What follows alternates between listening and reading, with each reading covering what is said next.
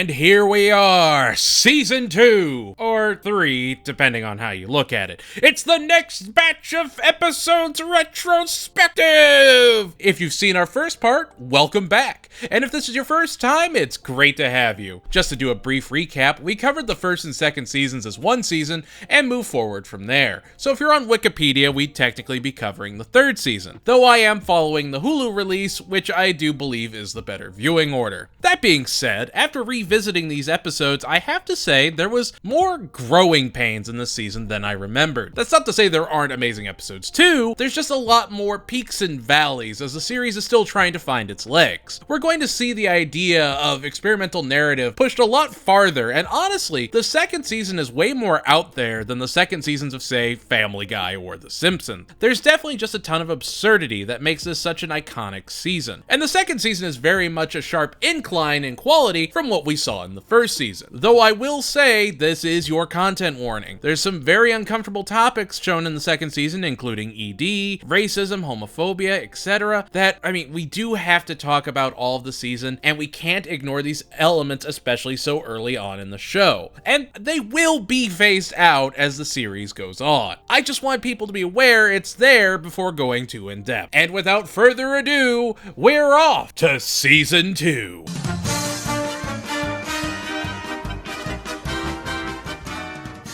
Down to watch these episodes, I kept coming up with excuses to not watch it yet, because I had to watch the first 2 episodes of the season, and I'm just not a huge fan of either episode. Though I will say this is probably the funnier of the 2, it's not really much of an achievement.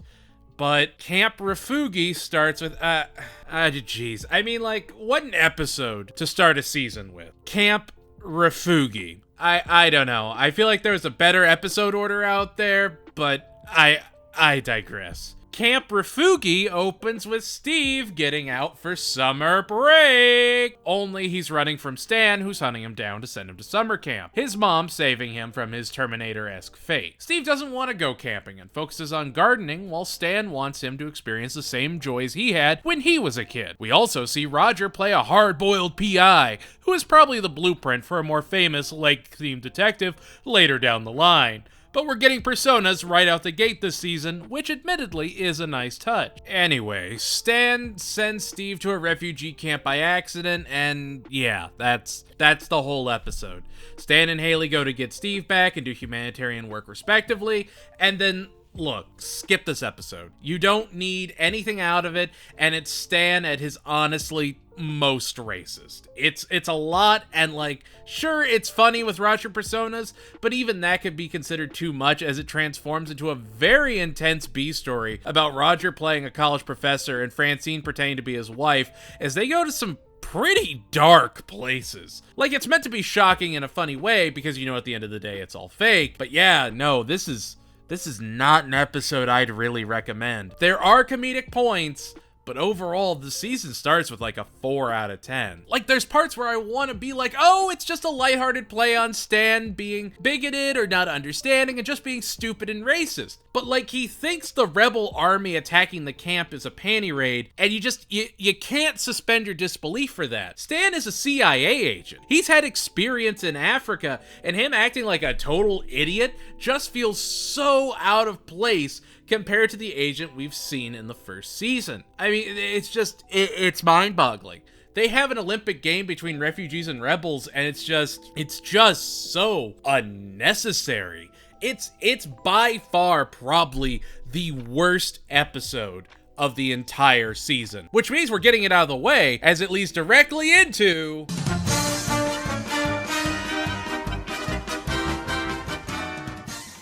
hey, pulled a little sneaky on ya.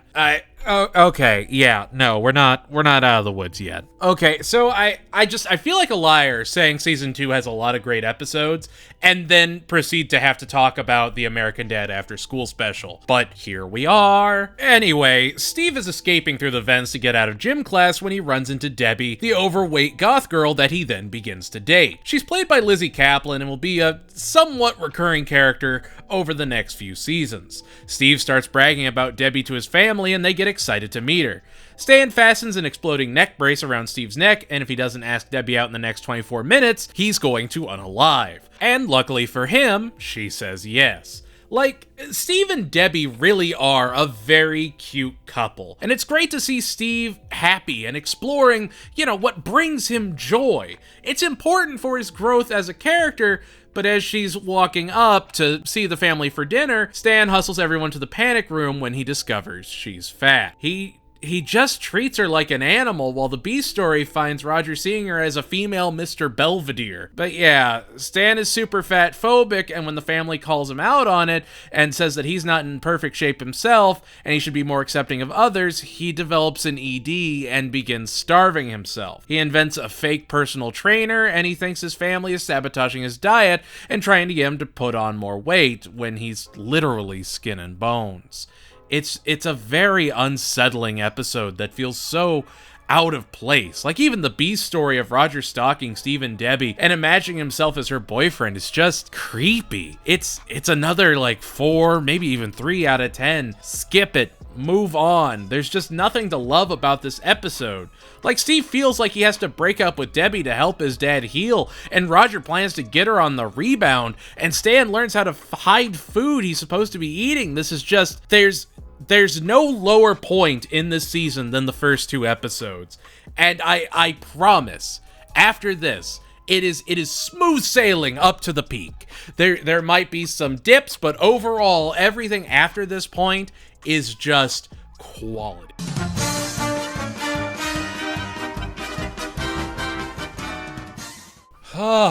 Failure is not a factory-installed option. Feels like such a breath of fresh air coming off of those previous episodes. The episode opens with Stan showing that he's a master negotiator. He looks over a bomb-based bad guy and is able to pinpoint his weak points to exploit them to get information out of him regarding the location of a bad guy's cell. And I think that's why I have such a problem with the first 2 episodes. They're in direct contrast of a character that we've seen built up so far. Stan is not stupid. He's ignorant, he's bullheaded, and absolutely more than a little prejudiced currently, but he's not stupid. He's a skilled agent that traditionally has a level head on his shoulders, and it's that subversion that makes this episode work where the other 2 don't. This actually focuses on that subversion of the character and reestablishes it right at the beginning of the episode. Stan is a clever negotiator and talented agent. The B story is Steve and the gang trying to get together with basically girl versions of themselves, however, they only date boys with cars. Meanwhile, Francine wants a new car, and Stan decides to go down to the dealership and negotiate, but gets tripped up by the salesman who bests him. He proceeds to buy not 1, not 2, but 20 cars, including Francine's old one from the dealer, while Roger hooks up a movie projector in the attic. Essentially, Steve comes up with an idea to have the girls over and hang out in all the new cars, while Roger sets up an impromptu drive-in theater projecting on the side of the house. All while Stan loses his edge and gives a bad guy state secrets and has to go and train with his master in Nepal, leaving the family to fend for themselves. When he returns with new sage wisdom, he's ready to take back the cars. And honestly, while they've struggled with Stan throughout this season already, and he's going to be the focus of most of the episodes going forward, the rest of the family is pretty cemented now. Scott Grimes has Steve almost perfectly fleshed out to how he sounds today, Wendy Shaw delivers on Francine perfectly, and even Klaus has a lot more personality compared to the first and second seasons. There's noted improvements that are there, they've just been hidden so far. Like even in the after-school special, while Haley and Stan may have had their differences and he insults her several times throughout the episode, she still loves him and tries to get him help. Stan goes to confront the dealership and comes back with a blimp before running off and leaving the family yet again, only now they have to struggle to make ends meet even more. Francine and Haley clean and do whatever it takes to get by. Francine finds Stan living out of one of the cars he bought and slowly losing his mind.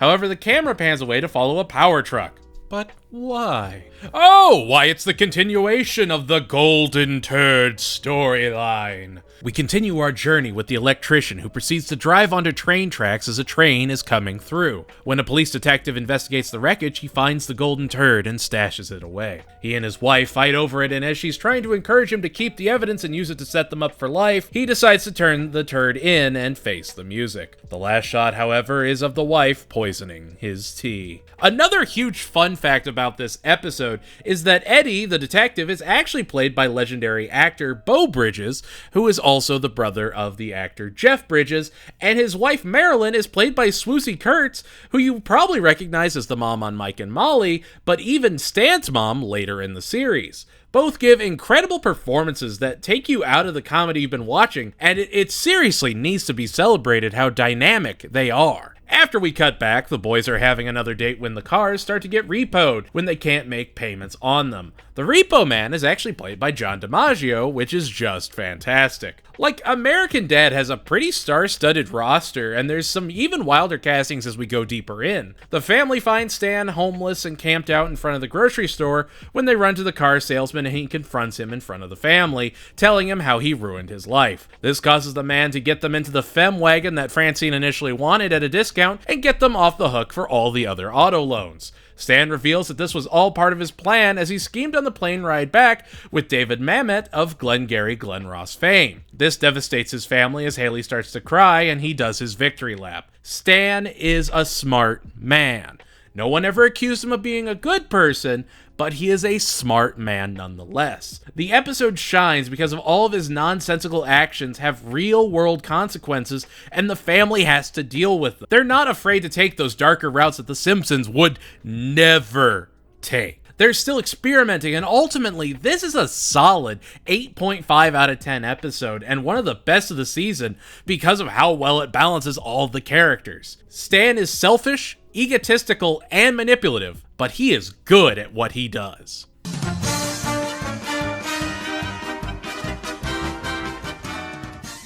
I think it's very important that when we talk about Lincoln Lover, we need to acknowledge the fact that this episode would actually go on to be nominated for a GLAAD Award for its representation of the LGBTQ community and the issues they faced back in 2006. It's a very important milestone for American Dad, and it's very important that while it would win Emmys down the line, it's very poignant that a series like American Dad would even be nominated for something like this. Anyway, it's another Stan episode, but this time featuring Greg and Terry in their first episode as prominent features. Stan takes Steve to the Langley Conservative Republicans and they go through a sorting process to make sure neither of them is a gay. Yeah, again, this was 06. Basically, there are gay Republicans that want a voice at the RNC, and yeah, it really paints Stan as super homophobic. Initially. Also, still really kind of racist. Like, I know it's still the second season, but I promise he does get better as they experiment with Stan more and more. After seeing a weird artistic depiction of Abraham Lincoln's life, Stan decides to write a new play to revitalize the GOP for the future Republicans of the country, like his son, Steve. And so he makes a play from the angle of Lincoln's bodyguard, Captain David Derrickson, who, unknown to Stan, was Lincoln's lover. Hence the title. Stan also doesn't know that Greg and Terry are gay and thinks they're just two eligible bachelors that live together. It's also the first mention of Gwen, Francine's hot sister that we won't probably see for like another 6 seasons. Anyway, Stan begins to perform in the show and it quickly attracts a large gay audience and starts to really take off. And I think that's where a very important distinction needs to come in. When I say Stan is homophobic or Stan is racist, I mean just Stan. The show as a whole isn't trying to bash gay people or build a toxic narrative. They're showing that Stan is a biased and bigoted individual a lot of the time, and yes, can be heavy-handed in the GOP talking points. Stan gets approached by his neighbor Greg and a couple of other log cabin Republicans to speak on their behalf at the Republican National Convention, or the RNC, and he accepts, not knowing it's a gay group. However, when he goes to their meeting and sees they're gay, he begins to freak out before trying to get Greg out of there, and Greg tells him that he and Terry are very much in a relationship. This actually leads into a surprisingly well-done musical number about the log cabin Republican. Like, I'm not gonna sit here and talk about American Dad as a paragon of representation. It's still a far cry from proper, modern depictions, but for its time, it's a much more forward-thinking take than you'd get from animated properties of the time, like, Drawn Together. I don't know, it's just wild that a song like We're Red and We're Gay came out in a political landscape like 2006. And after the song, Stan seems to have turned over a new leaf on gay people, so long as they're still Republican, because they're allowing him to speak at the convention on their behalf, while Steve is suspicious of the whole thing. It's poignant that Steve has a problem with the situation when it's very obvious his hatred of gay people, or even the disdain for anything non-Republican, has been coded and fostered by Stan, and not by his inherent prejudice. Steve is a nerdy gardening kid that just wants to do whatever's fun for him, but here he is molded by what his dad and the group his dad is a part of encourage. Steve leaks a picture of Stan with Pat Robertson at an anti-gay palooza to get him kicked out of the group, and he proceeds to try and sleep with Terry to prove he's gay enough to speak at the RNC. He goes out to dinner with Terry, they dance at the club, and when they kiss, Stan doesn't feel anything, and Terry explains that being gay isn't a choice. Steve proceeds to try and make a blockade at the RNC to keep the log cabin Republicans out, while Stan goes to talk in front of the whole convention. He proceeds to go on to say that he was wrong and that he taught his son wrong. He then tells the convention to not hate gay people, but rather to hate Democrats, because they chose to be Democrats, and you can't choose being gay. It's actually a really rousing speech, encouraging gay people to make a change in the RNC, and it's just, yeah, it's not the kind of message you'd expect to be delivered as everyone starts welcoming each other into the folds. Lincoln Lover is a complicated episode. It's got a lot of layers that I'm probably not properly equipped to discuss, but it's definitely not the representation you'd expect to see on broadcast TV in the 2000s. The jokes are really solid, and the part about Stan just loving confetti and struggling to find it gets me every single time. I get that it isn't an episode for everyone, and it's definitely not everyone's cup of tea, and it could very well be a divisive episode, but it is a solid 8 out of 10 in my book.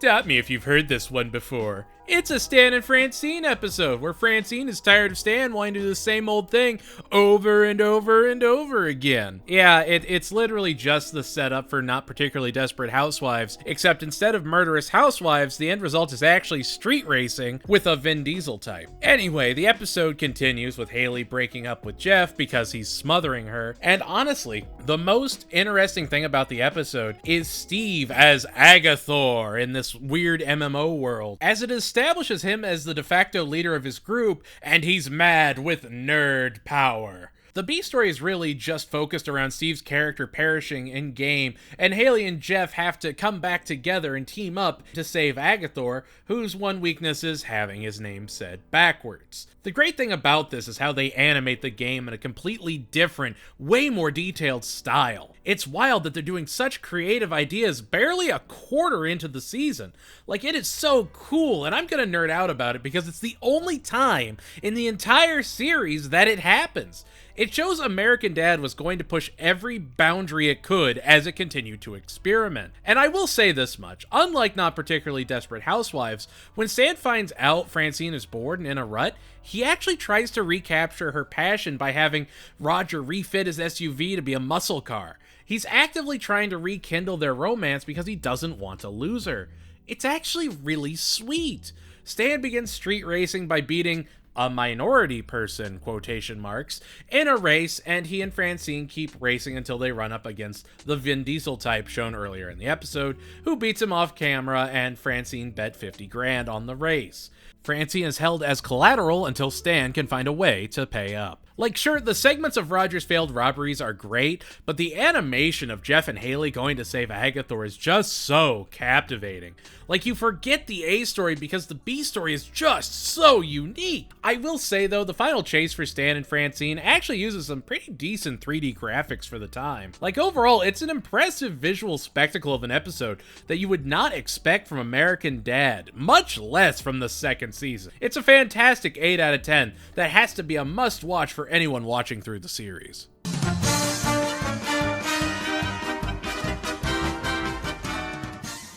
Debbie is back, and Stan still doesn't like her. That is, until she shows an interest in guns and he starts to come around on her. However, when Francine finds out Debbie made Steve his lunch, she begins to lash out. The B story follows Roger joining community college with Haley, and they run into Ethan, played by the amazing and always talented Elijah Wood. However, instead of becoming a student, Roger tries his hand at becoming a professor. Francine then begins to plant drugs on Steve, and so he breaks up with Francine. She then starts to believe life would be better with another baby and starts doing anything she can to make that happen. Honestly, the episode is okay. Stan gets a weird Japanese vasectomy, which will be brought up later on, while Francine hunts for frozen sperm. All while Ethan becomes obsessed with Roger's empty lessons and decides to unalive his father. Ultimately, the episode is like a 6 out of 10. Really just watch it for a really knockout performance by Elijah Wood and not much else. Obviously, he's done more voice acting since this with, Over the Garden Wall and things like that.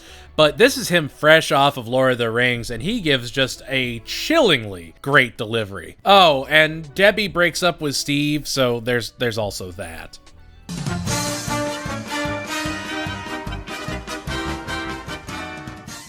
2 ice-themed episodes, one after another. It's a fun touch. This episode opens with Klaus as a human grandpa in the future, telling his grandson a story of Stan Smith, the man with a winter secret, a la the Princess Bride style. Though in his story, he's still a fish.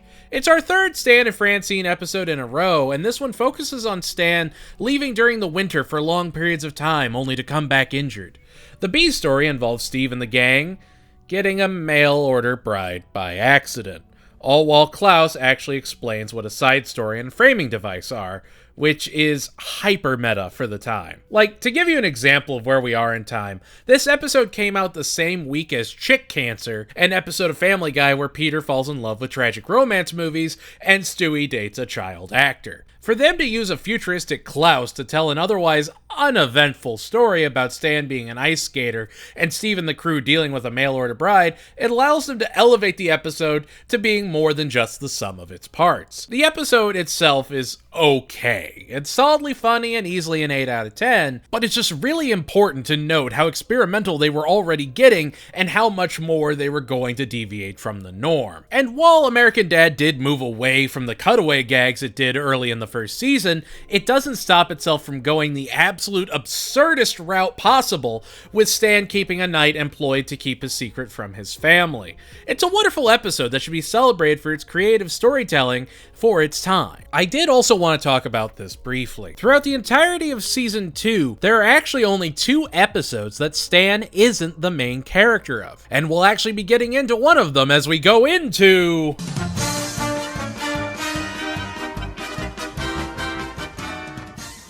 A brief note before we begin. Sadly, between writing the 1st and 2nd season scripts, Leslie Jordan, the voice of Beauregard, did tragically pass. He was able to bring one of Langley's most eccentric and fashionable characters to life with true precision and panache. I only bring it up because he's a big part of this episode, and it sings because of his involvement. The episode opens with Klaus saving Francine as the house is shot up, only to reveal that he isn't Klaus. He's Max Hammer, Mexican vampire hunter. Oh, and his car is also a sub that takes them to the lost city of Atlantis. And yeah, it's all a dream, which really hammers in the patheticness of Klaus's situation.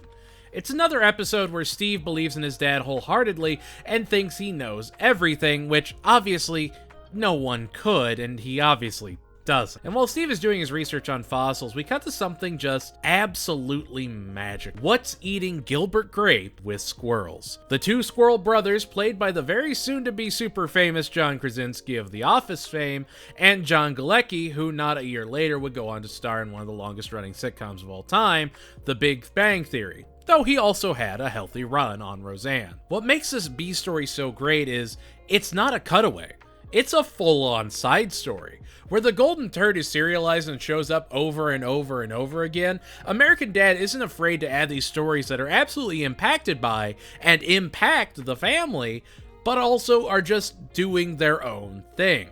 I don't know, there's a magic to the squirrel what's eating Gilbert Grape story, because it just feels so right, you know?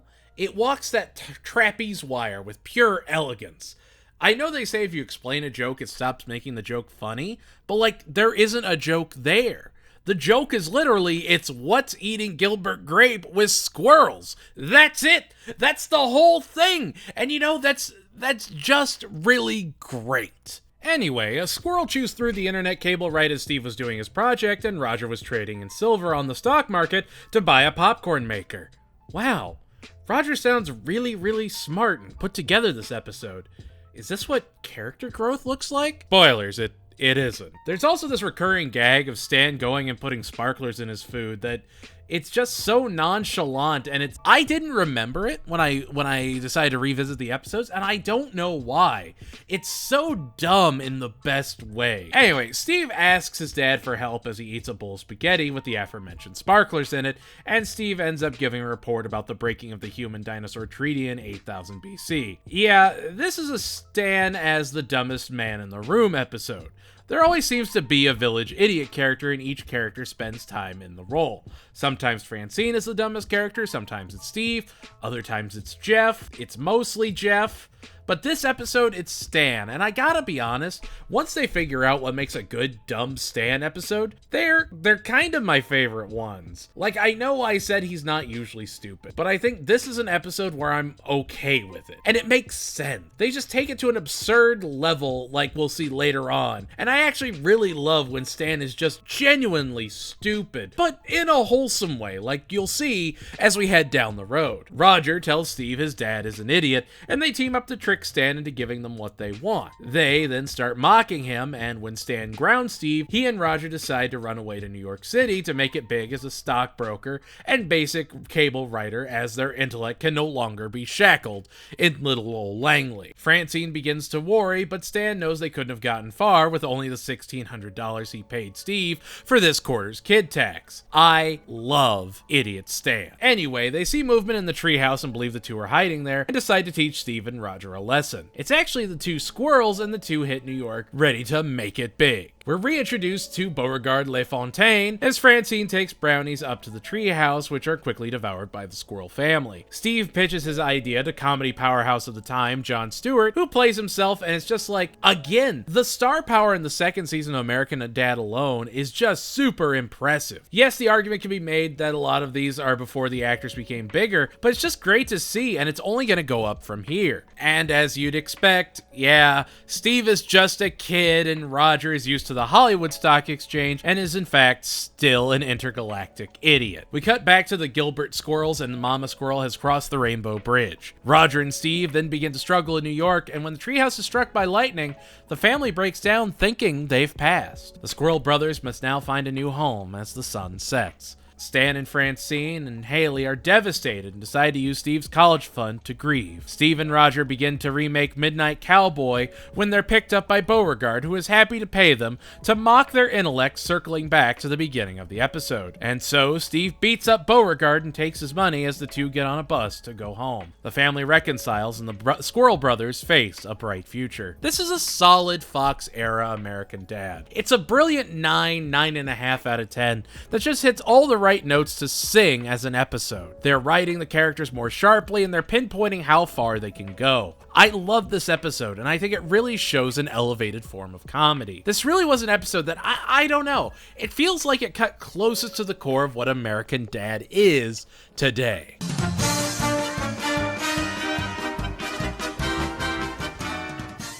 It's our first Christmas episode! American Dad will be very notorious with how it experiments wildly with their Christmas episodes, but this one, all things considered, is pretty by the numbers. It's Christmas. Roger feels like a failure since he's been on the planet since 47 and lives in an attic, and the Christmas function that the family was attending is shut down for being a religious display on public property, which throws Stan into a fit, yelling about the rapture. They go to the mall, and a clerk wishes Stan a happy holidays instead of Merry Christmas, and he pulls a gun on him and blames it on Jane Fonda. All of this after buying Roger a cheap cassette of these disco hit. Like, this is a very biting satire of the war on Christmas idea, and it's hilarious how it pivots from that to Stan being visited by the ghost of Christmas past, who takes him back to 1970 to see himself as a kid and learn the true meaning of Christmas. Only instead of going and seeing himself, he cheeses it to go and take out Jane Fonda before she can ruin Christmas, in the process having the cassette of disco hits fall into Roger of the Time's possession. The ghost of Christmas Past appears before Francine and recruits her to help her find Stan, and I just have to say, Lisa Kudrow does an amazing job as the ghost of Christmas Past. This is her hot off of Friends, and you can tell she had fun with the character. It really brings a much needed energy to the episode. Like, remember how I said it's by the numbers? Because Stan got Martin Scorsese off drugs and Russia takes over the US, so Stan has to go back to the past and make Taxi Driver. It's all the natural progression of things.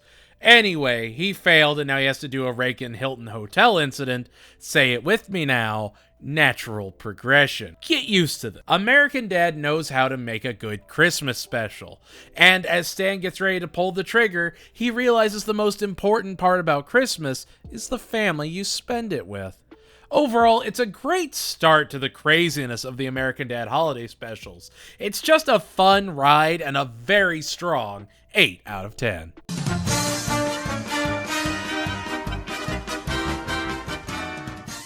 An episode like Bush Comes to Dinner can become more and more dated as time goes on, but I think this one gets a pass because it's just so plain and cheesy. Like, it opens with Stan having to write an essay for a chance to have President George W. Bush come to his house for dinner. That's the whole premise of the episode, and it just has fun with it. Smartly, it's a Stan and Haley episode where Haley is obviously against the Republican president's ideas. It's also our first introduction to the pillow gun. The B story features the hilarious story of Roger trying to harvest Steve's kidney to buy Dollywood. He then goes on to hunt one of the FBI's most wanted, Bin Laden, to get the bounty to buy Dollywood. Classic Steve and Roger. And then, like the title suggests, Bush comes to dinner. Chris Cox does a great Bush impression that really adds to the overall comic angle. Like, the episode is literally Roger gets Bush drunk, and Stan and Haley mend their relationship while tracking him down, and Stan finds a new respect for his daughter and understands that she's not a lost cause, and that you can't give up on your kids, and that everyone grows differently. And like, that's what American Dad does so well. It makes an episode like Bush Comes to Dinner about the importance of supporting one another, juxtaposed with Roger and Steve torturing a completely random guy they think is Bin Laden in their diabolical backless chair. I think what makes the episode much more evergreen than other presidential episodes where, say, Cartoon Dad is chosen to come to the White House and wacky hijinks ensue, it's that it's a much more tame idea of a president interacting on the show, like, say, King of the Hill or The Simpsons. Bush gets drunk and runs off and Haley and Stan have to get him. That's it. It's genuinely a really wholesome episode that's worth checking out. A solid 8.5 out of 10.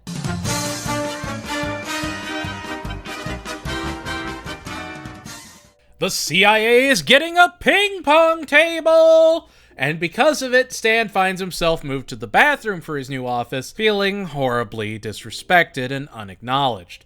On the way home, he sees Paco, Greg and Terry's dog walker, in his front yard, who Haley will reveal she's dating, and Stan decides to follow his passion of making celebration teddy bears with Paco's family's help. I'm kind of glossing over the episode because it centers around the Smith family taking advantage of undocumented immigrants as a means of cheap labor, and yeah, it can be a little jarring seeing their basement as a sweatshop. It has funny moments, but it is ultimately a very skippable episode. Overall, unlike, say, Camp Refoogee or the After School Special, it's still about like a 7 out of 10. It isn't bad, it's from a different time. The B story of Roger joining and taking over Steve's band is admittedly very funny, and the final musical number is very sweet. Fun fact, Scott Grimes, the voice of Steve, actually sings. And the first song we hear Steve sing is in fact one that Scott Grimes made, Livin' on the Run. It's also the first appearance of Akiko, so, you know, that's cool.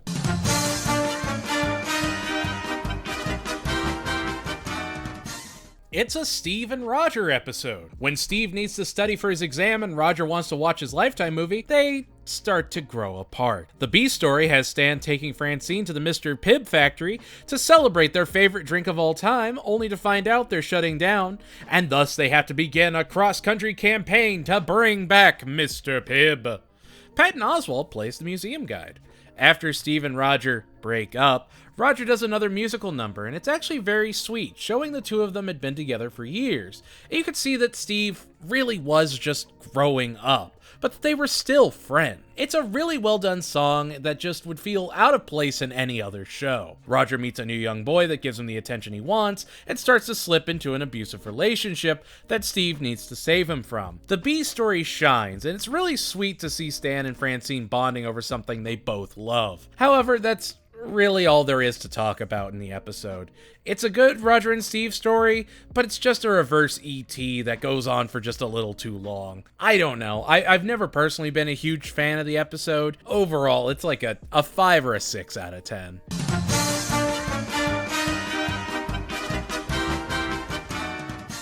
And where A.T. fails, Black Mystery Month thrives. To this day, Black Mystery Month is one of my favorite episodes of all time. It does everything it sets out to do with expert precision that makes it one of the shining beacons of the season. Like, we'll get into it, but overall, it's a 10 out of 10. The episode opens with Steve getting an assignment for Black History Month to do a report on a prolific black inventor, and he chooses to do it on George Washington Carver, while Roger and Haley get into a betting game of Jenga, or as they say in South America, Henga, for the B story. Steve's investigations into George Washington Carver lead him down a complex rabbit hole full of conspiracy theories about a shadowy organization known as the Illuminati. The story boils down to Stan and Steve unraveling a peanut-based presidential-sized conspiracy while the rest of the family plays Jenga. It's that kind of dichotomy that makes American Dad shine. Totally nonsense ideas coupled with the totally mundane ones with an eccentric twist. Black Mystery Month knows how absurd American Dad can be for you to still believe these things are possible in their everyday lives. And I feel like if an episode like this were to come out in, say, season 1, or even earlier in season 2, it just wouldn't have the same staying power it currently has. It feels like all the absurd plots led up to this and got you ready to be taken for a ride. And as we'll see finishing up this season, Black Mystery Month is one of those very important renaissance in the writing of American Dad. You can see that because of its success, or that format it developed, elements that worked in it will be shown off in future seasons to come. I don't want to go too in-depth on the episode since it would ruin a lot of the sight gags, but the episode is phenomenal, and it's one of, if not the best episode of the entire season. And George Washington Carver did not, in fact, invent peanut butter.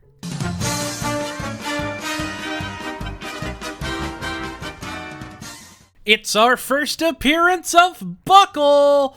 It's a sliding scale of Stan being an idiot this episode, where the family all makes fun of him for screwing up, and then when he gets a test warning of nuclear war, he takes it seriously and scrambles to get his family to the woods. However, when he finds out it's fake, he realizes he can't tell them, otherwise they'd mock him. The family is discovered by the aforementioned Buckle, who helps them survive in the woods as he's a former Disney Imagineer turned survivalist. But when the family finds out it's not a real threat, they mock Stan and go back to their lives with Buckle's stock family to get close to Haley and the first interaction with people he's had in years. The B story has Roger marrying a Jewish woman to get a blender, and the more he tries to weasel out of the wedding to take the blender and run, the deeper he slips. His fiancée being Shari, who would later go on to marry Buckle, and they'd live their lives on Cherry Street as Stan's new neighbors. The episode is okay. It's perfectly fine. If you've never seen it before, watch it. And if you've seen it before and revisit it and start to get bored once the family gets back from the forest, that's honestly perfectly normal. Honestly, I felt the episode dragged a bit in the second half, and while it does have some pretty funny jokes, it can't hold a candle to Black Mystery Month. Though Shari is played by Lisa Edelstein, who you'd probably recognize as Dr. Cuddy on House, and her parents are played by the late Liz Sheridan and Elliot Gould, it's still overall like a 6 out of 10?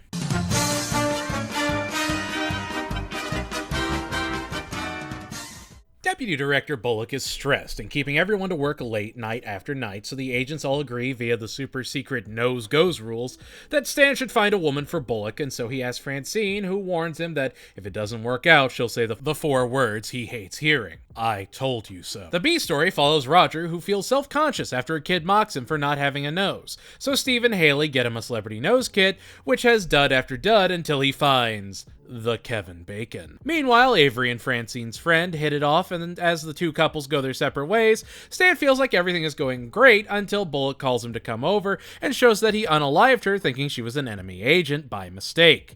Stan is then ordered to dispose of the body. All while Roger milks the fact that people think he's Kevin Bacon for as much as he can. Stan struggles to keep the Melinda incident under wraps. And when Francine goes to Bullock to find out what happened to Melinda, he puts a hit out on her, and so Stan has to find a way to frame Francine so she doesn't end up dead. Yeah, that's the episode.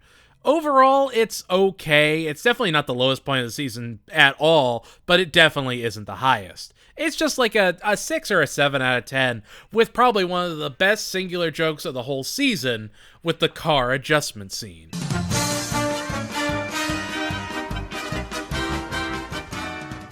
Stan feels emasculated when he discovers Francine's sex garden is the largest in North America, and he's only slept with Francine his entire life. Meanwhile, Steve gets addicted to an energy drink. Francine gets Stan to sleep with someone else, and he ends up marrying her and throwing the family into chaos. It's an episode. There's really not a ton to talk about with it, and there's not a lot to even really recommend.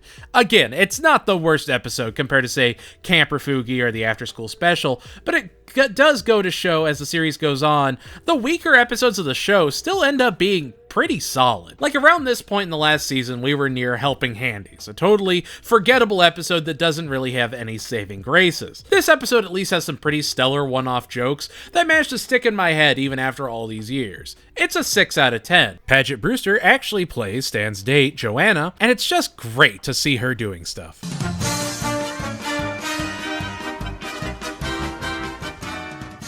The CIA is being surprise audited, so Stan takes home a ton of surveillance equipment and starts spying on his neighbors, discovering they badmouth him constantly. The B story involves Roger and Steve trying to swindle their way through life by using Steve as an injury dummy, and Roger collecting the money. What could possibly go wrong? Stan tries to be more and more popular with the stolen information he's acquired, and when the neighborhood still hates him, he gets them all sent to a motel and has to be taught that people just badmouth one another. I guess it's okay. It's a 5 out of 10 that doesn't really do anything. I mean, again, out of all the episodes in the season, we're at the point that most of the episodes are solid and stand up well over time.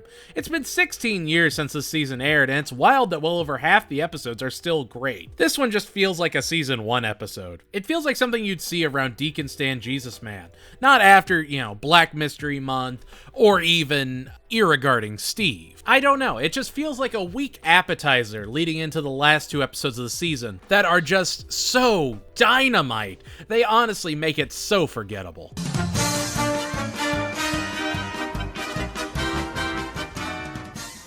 The episode opens with Stan giving a deposition as we get a flashback to what happened. Stan goes to pick up Steve and his friends from gym class and sees them running around tickling each other and decides they need to be more manly. The B story has Roger asking Haley to pretend that she's his girlfriend so he can make the girl at the liquor store jealous. After Stan fails to make the boys more manly, he knows what he needs to do, so he finds a bunch of steer and has them lead a cattle drive through Langley. Cows have mad cow disease, and as he eats them, he steadily loses his sanity as Steve and the group have to man up and take charge of the situation. All while Roger continues playing Haley and Francine against one another as he keeps flirting with them to eventually get them into a slap fight that he can film and potentially win a t-shirt. I'm glossing over the episode, but not because it's not funny, but because the story at the base of it is just so simple, and they strap so many great jokes onto it. The episode is easily an 8.5 out of 10 and has some of the best delivery of the whole season. It's a great Stan and Steve episode that ultimately leads into...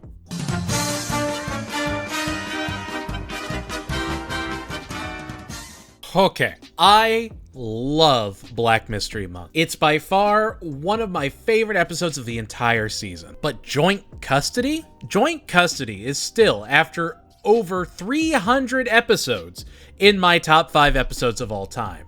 And it's a Jeff episode of all things. The episode opens with Stan frustrated that Jeff lives in his van on his front lawn.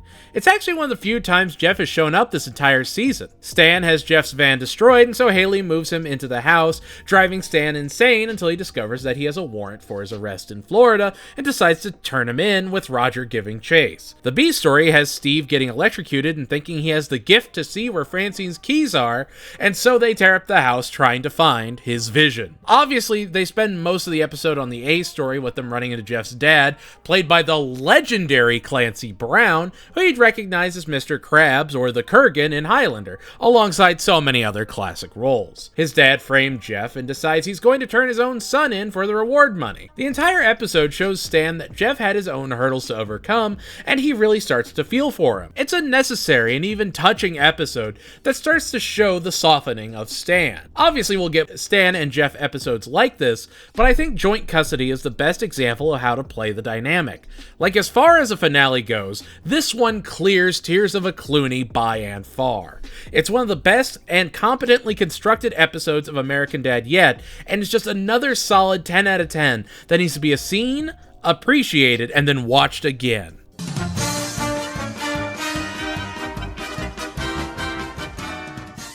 And there we have it! Another 19 episodes down and another season out of the way as we continue working our way through the Fox era. We had some lows and some highs, but overall, Season 2 is just an across-the-board improvement compared to Season 1, and gives us that steady incline to the amazing episodes we'll get later down the line. Where Season 1 was looking for the formula that, worked, Season 2 is all about finding the pairings that work best, how to bring out the sharpest writing, and making American Dad really stand as its own show. Even the animation, even though it's another series made by Seth MacFarlane, it makes a point of looking different from Family Guy as opposed to, say, The Cleveland Show. Overall, the best episode has to be Joint Custody, and the worst episode is probably either the After School Special or Camp Refoogee. But that's where we stand, just 40 episodes into the series with another 300 plus to go. So make sure to tune in next season as we tackle the shortest, but probably the most jam-packed season of quality. And if you liked what you've seen, please consider subscribing, joining our Twitch or Discord communities, and telling your friends. I love making these, and I hope to see you all in Season